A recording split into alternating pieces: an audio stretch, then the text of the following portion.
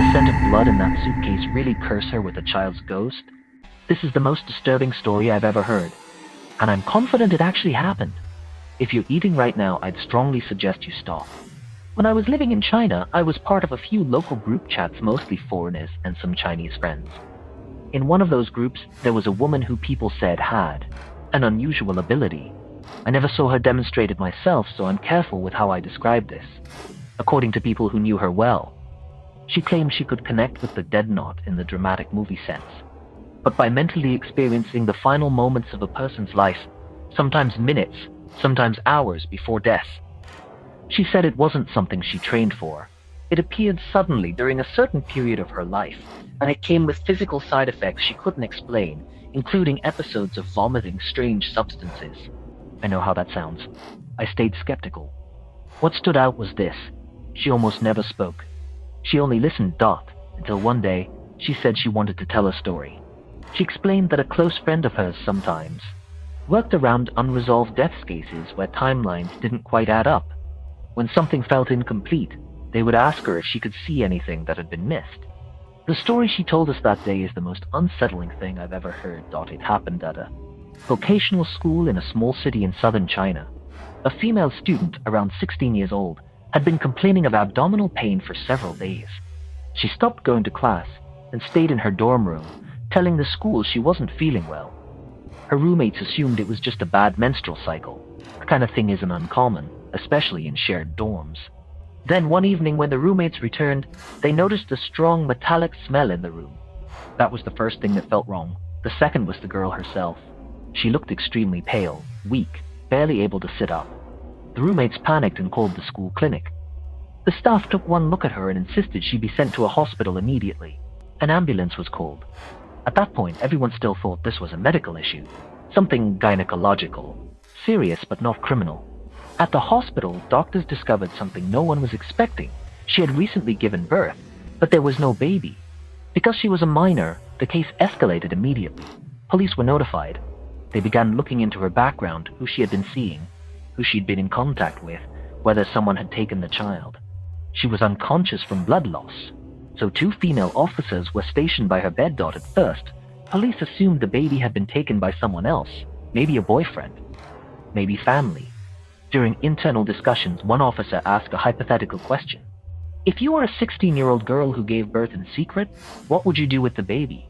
People suggested the obvious possibilities: giving it away, abandoning it somewhere, asking someone older for help. Then someone asked a darker question: what's the most extreme thing you could imagine someone doing? And finally, if she handled it herself, how?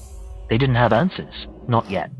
When the girl regained consciousness, investigators asked her one question directly: where is the baby?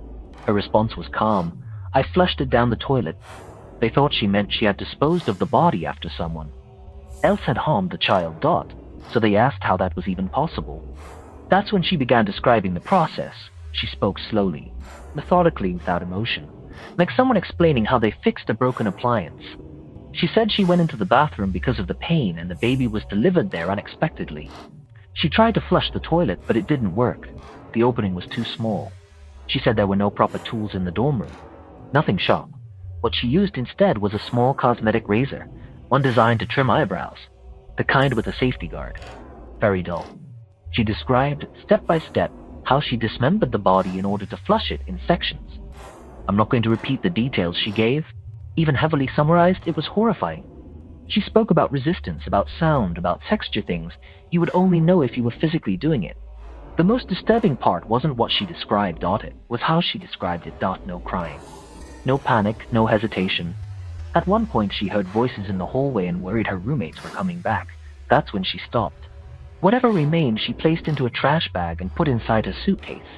She cleaned the dorm room thoroughly, then, weak from blood loss. She lay down on her bed, before losing consciousness again. She told her roommate, help me throw out my suitcase. The roommate didn't think much of it, and then forgot. Days later, the smell returned. That's when the suitcase was opened. That's when everything became clear.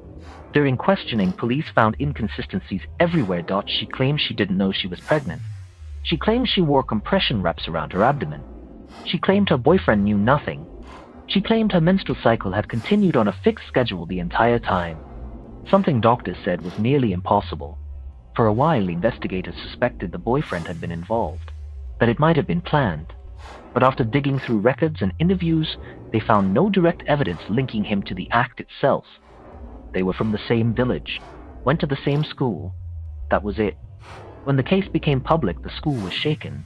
News traveled fast back to her hometown. 2 lives were effectively over. The legal question came down to one critical point. Was the baby alive at birth? If yes, it was homicide. If no, the charges were entirely different. What the final ruling was, I never found out. That information never became public.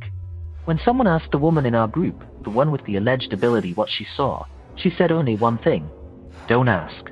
She refused to elaborate. What I've told you here is already heavily toned down. What she described was far worse. I've worn a lab coat before. I've studied anatomy. Even so, I don't think I could calmly describe something like that in detail. This isn't a ghost story, but it's the most terrifying true case I've ever encountered.